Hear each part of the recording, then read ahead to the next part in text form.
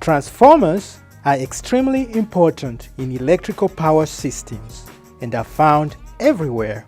They come in many shapes and sizes, and they do many different jobs, from changing voltages to stopping radio interference in your favorite appliances. Transformers use an iron core to transfer magnetic energy from one coil to another through magnetic induction.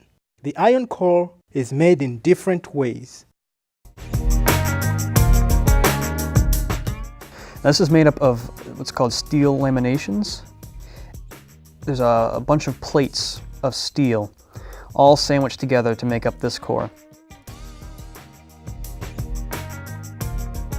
Another use for iron is powdered iron. Now this is similar to ferrite, however it is just iron broken up and mixed into a polymer and then compacted together to form a torus here.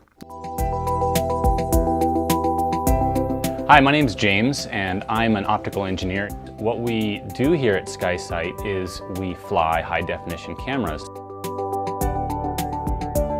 So what we have sitting in front of me is a multicopter, or more accurately an octocopter, because she has 8 DC motors on her.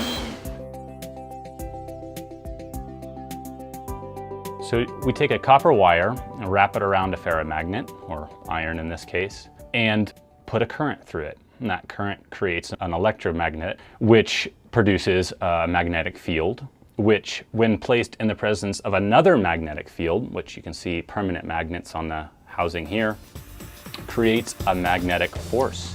And that magnetic force is turned into a torque, which then spins the motor.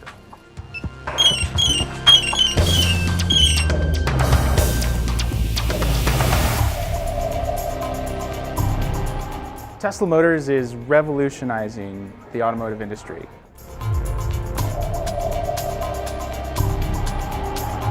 Kind of unique in the rear of Model S, you see the electric motor here on this side, and power electronics is all here on this side. These are all liquid cooled. They're all shrink wrapped right between the wheels, the rear wheels along the axle of Model S. So the motor consists of 2 parts, the rotor and the stator. So you have your aluminum, you have your steel, and you have your copper. We use steel laminations, which are made with iron.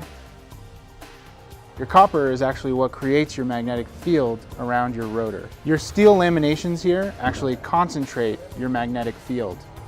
The only points of contact in the motor are the bearings. There are no brushless. It's a full brushless AC motor. Puts out 290 kilowatts. It's a 4-pole, 3-phase AC induction motor.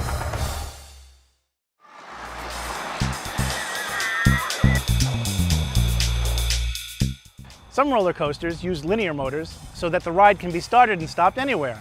The job of the roller coaster designer is to find the acceleration settings that give the most fun. Like every motor, the linear motor has 2 parts, the stationary part and the moving part. Both of these parts have magnets on them.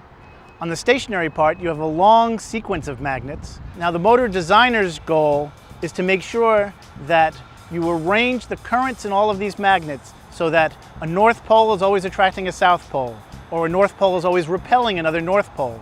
And by switching the currents in the magnets on the moving part and on the stationary part, you develop the magnetic fields that propel the moving part along the track.